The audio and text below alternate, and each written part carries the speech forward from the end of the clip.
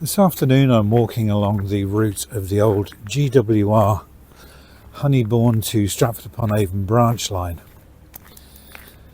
It was closed in 1976 and it's now a walkway and cycle path owned by the National Cycles Network, and it's very popular. It's situated just outside of Stratford upon Avon, so yeah, it gets a lot of use. And on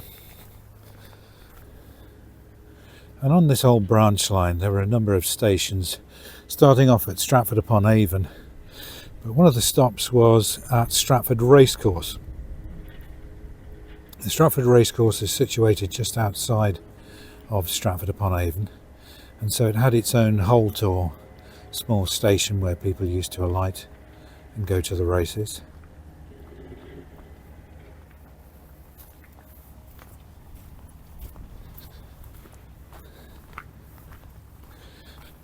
And a little further along the way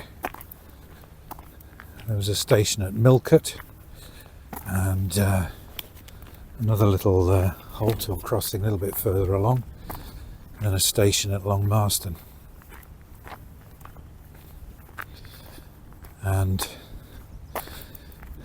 this branch line, originally from Honeybourne to Stratford upon Avon, was widened in 1906, and a rail line was established and opened between Cheltenham and Stratford upon Avon. So this then became a double line, you might say. And my destination today is a wonderful old bit of historic engineering called Stannals Bridge, and you can see it up ahead. And it's a bridge over the River Avon, and it consists of a 9-arch viaduct built in brick, and originally this was a single span bridge, you might say, or rather single width bridge, and then when it was widened in 1906, the second track was laid, the second viaduct section of the bridge was laid, and this wonderful steel girder bridge was put in place. It's actually built on the skew because the railway line crosses at an angle, and so let's see if we can take a look at the bridge and its arches from below.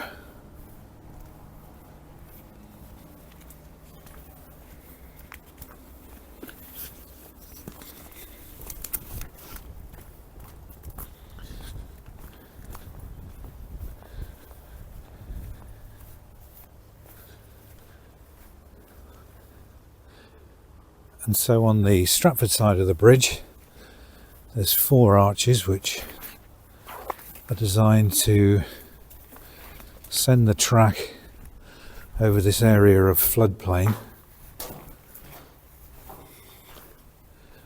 And if we look through the gap here we can see the original, I think, bridges are on the left, and then in other words the 1859 bridges are on the left and the 1906 bridges are on the right.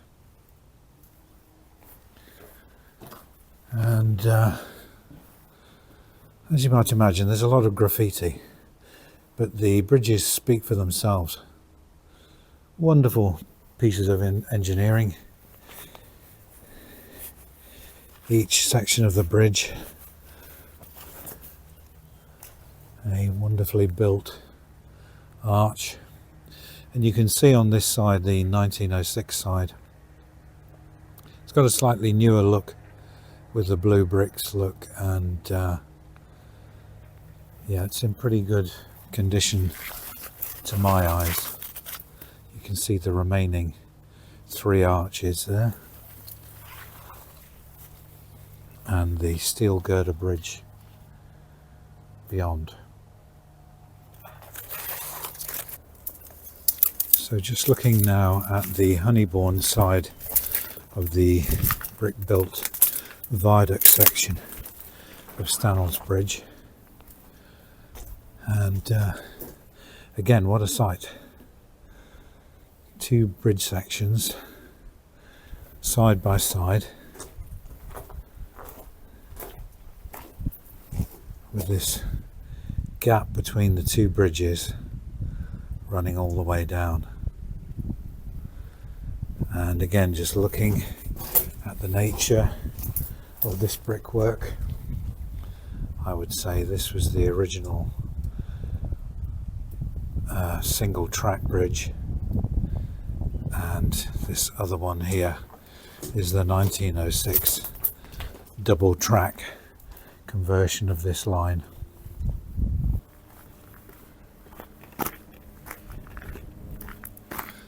So here is the steel bridge.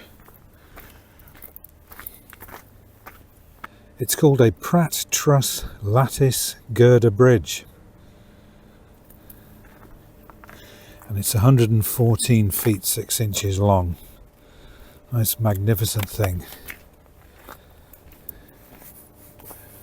with these huge sturdy box section steels.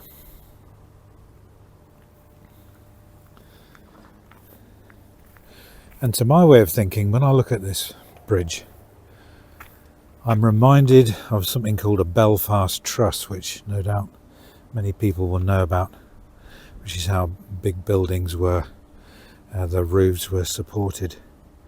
I think it was a Victorian or late Victorian truss design in timber, where triangles were used, criss-cross lattice work was used. And you can see here that the principle of the triangle is being used.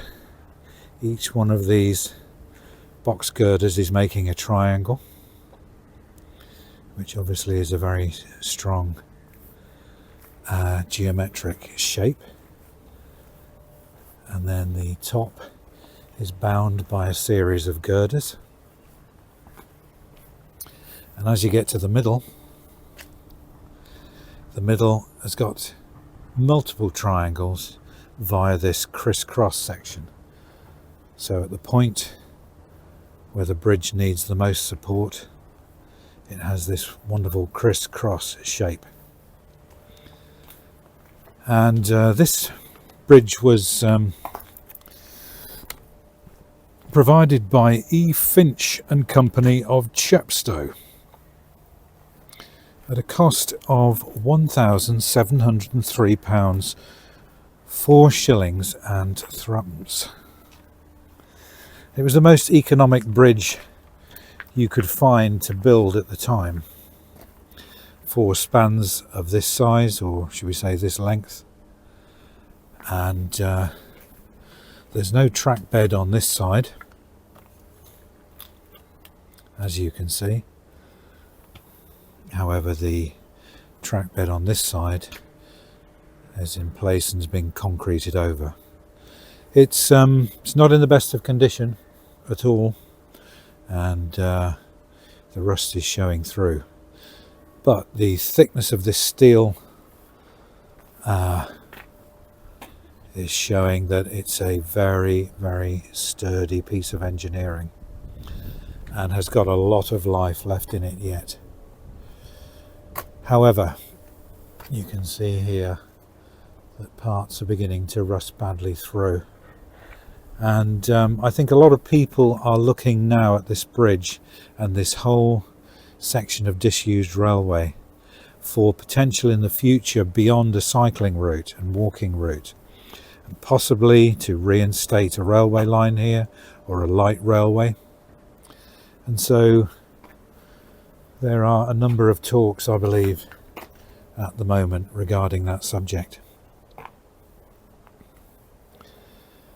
And look at the sturdy nature of this bridge.